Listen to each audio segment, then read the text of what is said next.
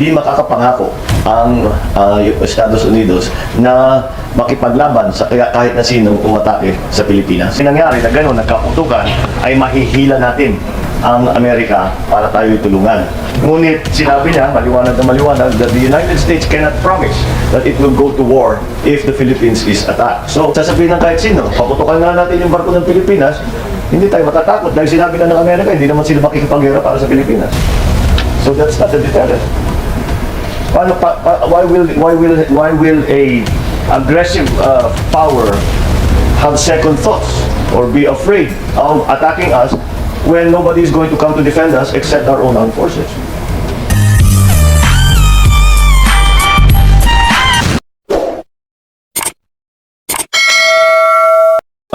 Just a quick question. This is very much in relation to the question of the chair.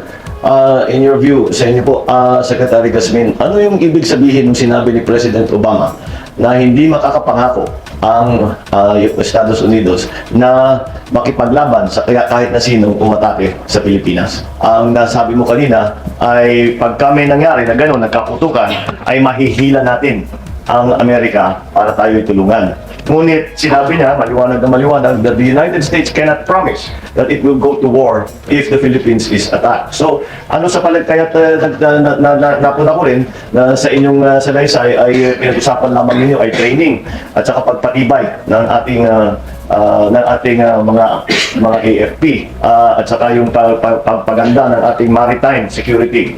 Hindi natin napag-usapan kung ano ba talaga ang inaasahan natin sa Amerika. Doon sa sinabi ni President Obama nung kanyang bisita dito, ano sa palagay ninyo ang ibig sabihin nun? Na hindi makapangako ang Amerika na sila ay lalaban para sa Pilipinas kung tayo man ay inatake. Ang sabi po ni President Obama, ang commitment ng US ay ironclad. Ibig sabihin matatag yung matibay yung kanilang commitment sa atin. Ngayon, tayo ay naniniwala dahil ito ang pinakamataas na Amerikanong nagsabi nito. Matibay yung commitment. Ngunit anong ibig sabihin ng commitment? Anong naipapangako ng Amerika? Hindi lamang sa Mutual Defense Treaty, kung hindi pati na dito sa EDCA, na sila ay tutulong sa atin sa pagka nagkaroon ng gera. Please excuse me. I remember that President Obama paid a state visit to Japan, and then he was asked, since there are certain islands of Japan, the ownership of which is in dispute, he was asked, will the United States go to war if the Japanese islands are invaded? And he said yes.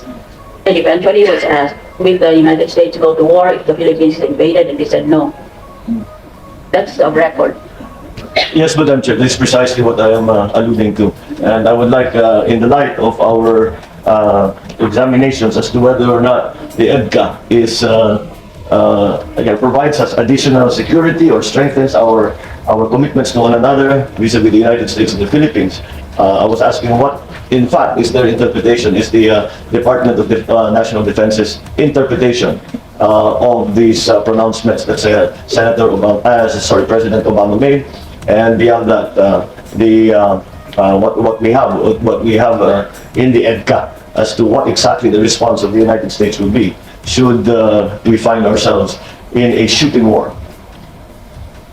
Right now, Your Honor, we use EDCA as a deterrent to any threat to our security.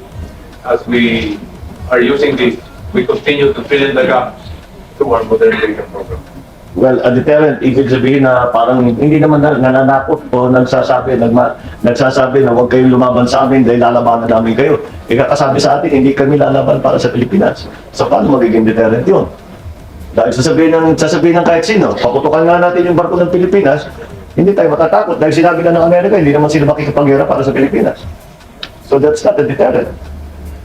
Why will a aggressive power have second thoughts or be afraid of attacking us when nobody is going to come to defend us except our own armed forces? With the deterrence na nangyayari nga ngayon, kita nyo, hindi ho tayo ina-atake sa ating pag-resupply ng ating mga tropa sa Ayungin Shoal. Although we have skirmishes, but not cause a shooting war. Thank you, Mr. Secretary. I think that is due to the bravery and skill of our own servicemen. I don't think the Americans played a part in that, but never mind. If that is your interpretation. Thank you, Madam. That is the main purpose of the agreed locations to improve our maritime security, to help in the organization of our military exercises together in the United States. However, in Article 6 of the agreement of EDCA, it speaks mostly of prepositioning.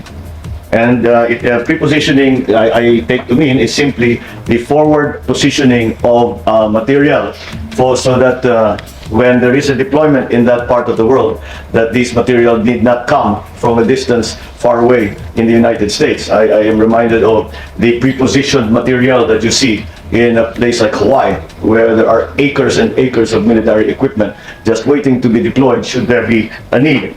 And furthermore, it is in paragraph 3 of Article 4, it reads, the prepositioned material of United States force shall be for the exclusive use of the United States force, and full title such equipment, supplies, and material remains with the United States.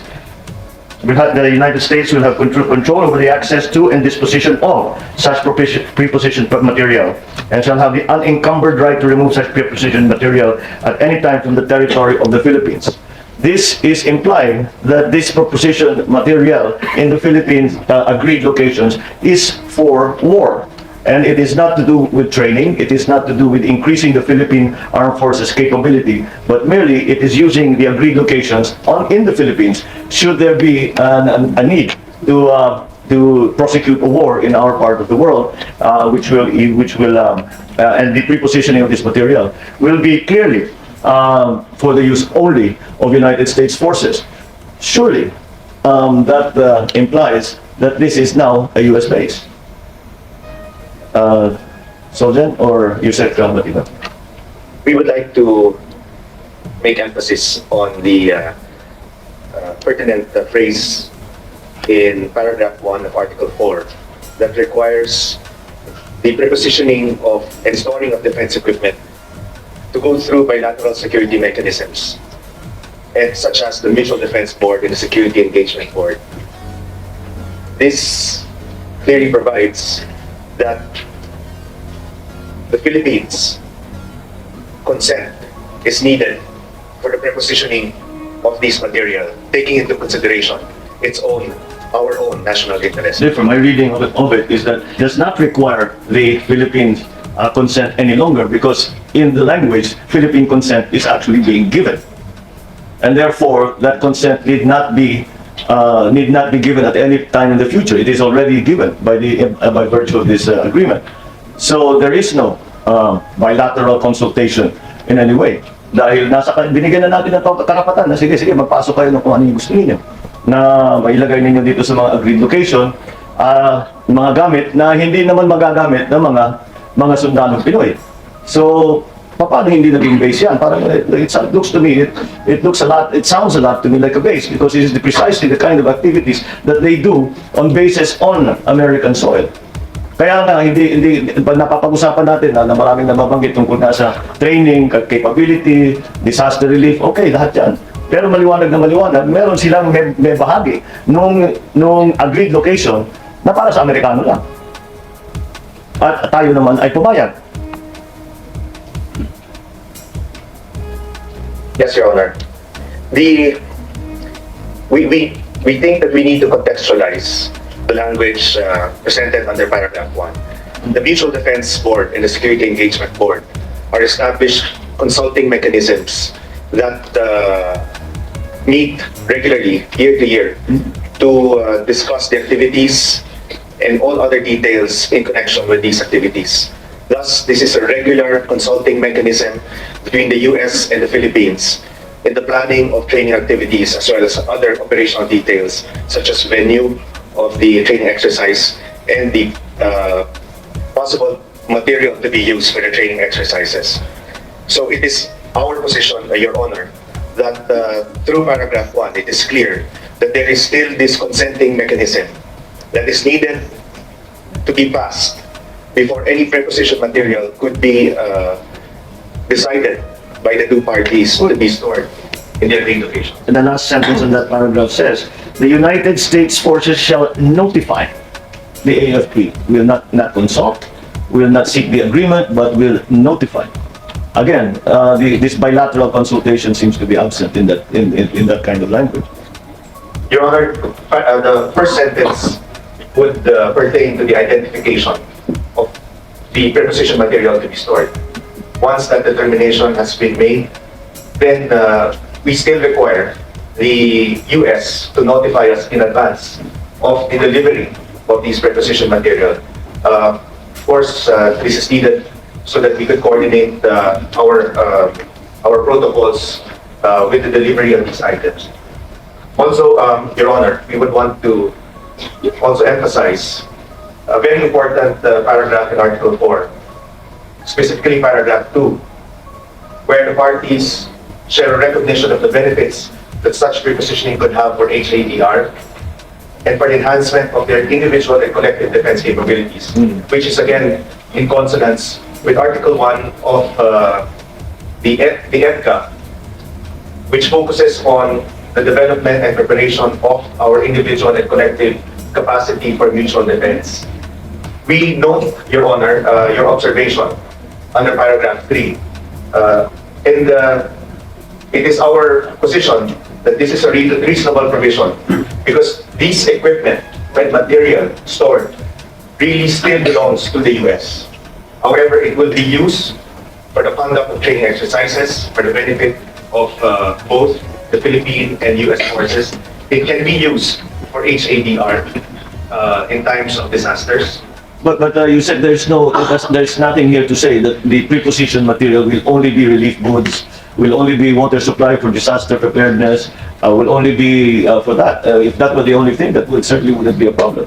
But we are talking about weapons and material that are being stored. But anyway, I need not belabor the point. I think I've made my point that it should seem that at least, at the very least, there is a section, a part of these agreed locations, which will be for the sole use of the United States forces, which would seem to imply that they have now established a base in the Philippines. So, with that, Madam Chair, thank you. Looking at the blue on a rainy night, no lie.